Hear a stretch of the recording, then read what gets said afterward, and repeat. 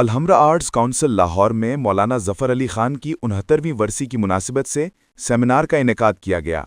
اس موقع پر سینئر صحافی سہیل وڑائچ کا کہنا تھا، ظفر علی خان ہماری صحافت کے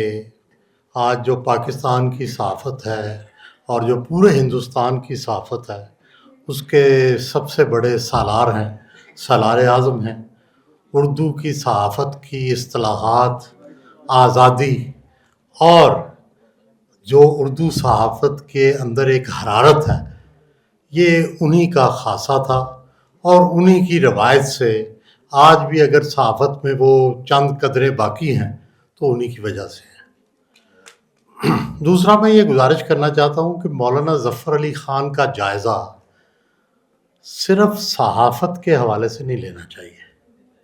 صرف سیاست کے حوالے سے بھی نہیں لینا چاہیے، صرف انہوں نے جو کہا لکھا اس پہ بھی نہیں اکتفا کرنا چاہیے۔ مولانا ظفر علی خان دراصل اس وقت کے مسلم شعور کی علامت تھے۔ دراصل وہ جو اس وقت کا سارا مسلم شعور ہندوستان میں پیدا ہو رہا تھا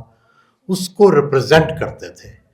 اور اس کی ہی بعد میں شاخیں بن کے جناح صاحب، علامہ اقبال پہلے نکلے اور پھر اس کے بعد پاکستان بنا۔ تو یہ جو پہلے جنہوں نے نعرہ حق بلند کیا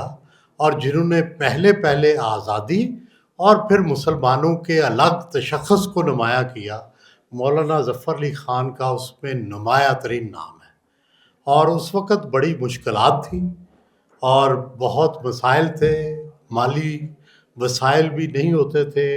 پریس پر پابندیاں لگ جاتی تھیں، لیکن اس کے باوجود انہوں نے اپنا جو پیغام ہے وہ دیتے رہے۔ اور آج اگر ہم پاکستان میں آزاد صحافت یا آزاد سانس لے رہے ہیں تو اس میں مولانا ظفر علی خان کی بہت کنٹریبیوشن ہے۔ ان کا زمیندار اخبار مسلمانوں میں جدوجہد آزادی اور مسلم تشخص کے حوالے سے اس کا نمایاں ترین کردار ہے۔ تو مولانا ظفر علی خان گئے کہیں نہیں، وہ یہی ہیں، کیونکہ یہ پاکستان بھی ان کی نشانی ہے اور یہ صحافت بھی ان کی نشانی ہے، صحافت کی آزادی بھی، جرأت بھی، بے باکی بھی، اور ہماری اسلامی اقدار بھی، یہ سب وہ نشانیاں ہیں جو مولانا ظفر علی خان نے ہمیں دیں اور ہم آج تک انہیں سنبھال کے بیٹھے ہیں۔ اور انشاءاللہ جب تک پاکستان میں آزادی کی سانس اور مسلم تشخص رہے گا اس وقت مولانا ظفر علی خان کا نام زندہ رہے گا۔